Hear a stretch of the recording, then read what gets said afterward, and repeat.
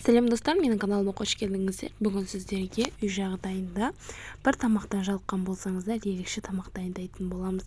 Әуелі бізге күріш керек болады. Күрішімізге табамызға май құйып, сары май болса жүде жақсы.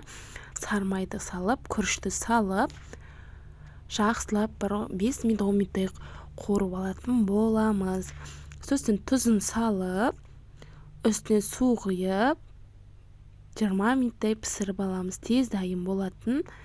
Күнделікті бір тамақтан жалыққан болсаңыз, осы тамақты істеп көрулеріңізге кеңес беремін. Өте дәмді ерекше шығады. Осы су құямыз.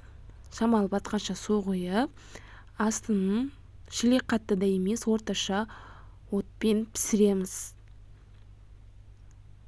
Астына қарап тұрыңыздар, асты жабысып қалмасын. Осылай істейміз.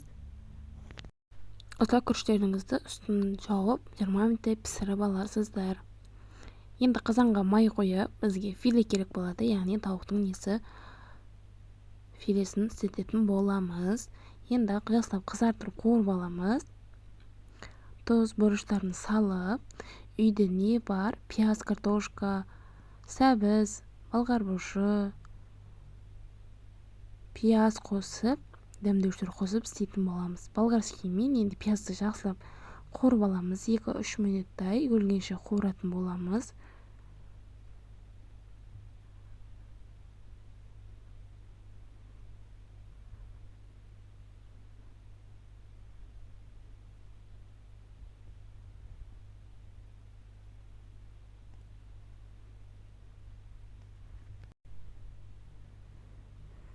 Енді картошкасын салып, жақсылап қуырып аламыз. Үстіне азғантай томат салып,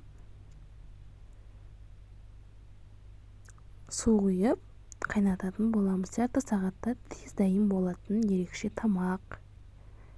Осылай істейсіздер. Видеода қалай көрсетілген, дәл солай істеңіздер.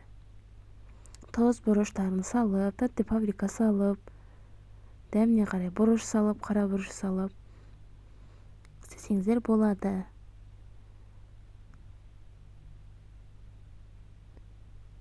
Томатты салып, үстіне су құямыз.